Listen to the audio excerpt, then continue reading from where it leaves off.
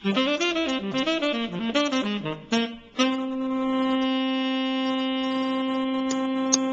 up on the Politics Hour, simple solutions to complex problems. The Politics Hour, after the news. We do have MS-13, like I referred earlier. MS-13 is a particularly violent gang in this area that's committed machete attacks in public early in the evening, and daylight stabbings as well, and shootings. In my district, there was a shooting just 10 days ago. So there is a tempo here, and the people of Sterling Park and Loudoun are outraged that we don't have this type of program in place now. And I would think a lot of Hispanic citizens don't like the violence either. They hate being killed, I know, and I agree, and I talk to them. And they don't like being victimized by these people from MS-13 and other types of gangs that are running rampant and without control. And as far as my Board of Supervisors is concerned, they've opened up the floodgates.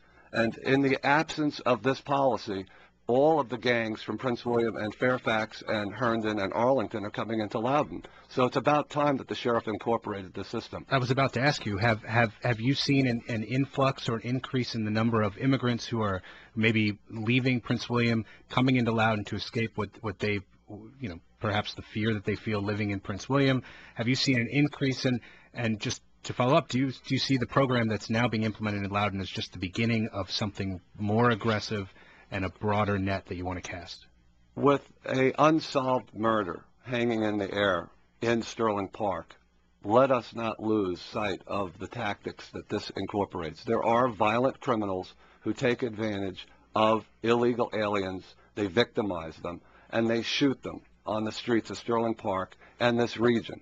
And if we can put a dent in the wanton murder of innocents, whatever their nationality, that's my job as a supervisor. And I think that while you have an influx of illegal aliens, if you will, from these areas, you have the influx of the criminals. That's what I'm focusing on with this 287G. I think that's what you're interested in. Is it your concern that part of this is a larger issue of the urbanization of Loudoun County, which is still largely agricultural, and that, I mean, this week I think I was checking on the websites, and you're talking about people who don't cut their grass. That was an issue before the supervisors, and people who park their cars in the front yard, and there's kind of an urbanization. Are you worried about losing the character of Loudoun County? Is there an overarching view of this that you have, which goes beyond just illegal immigration? Well, I used to call it a quality of life issue. Now it's a life as we know it issue for me. I've been there 9 years. This is my third term.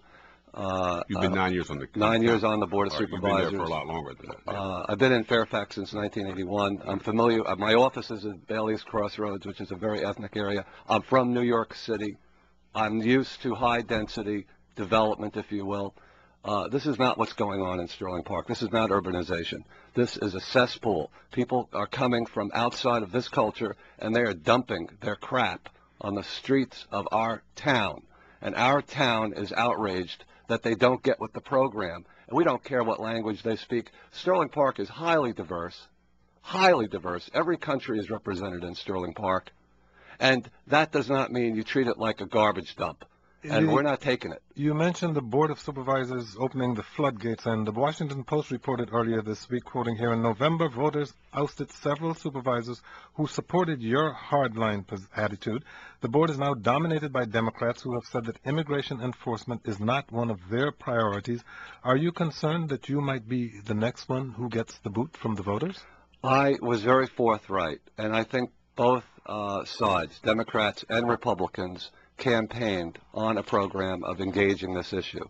They, the Democratic Party majority, do not want to engage this from a foreign policy point of view or from an illegal alien point of view.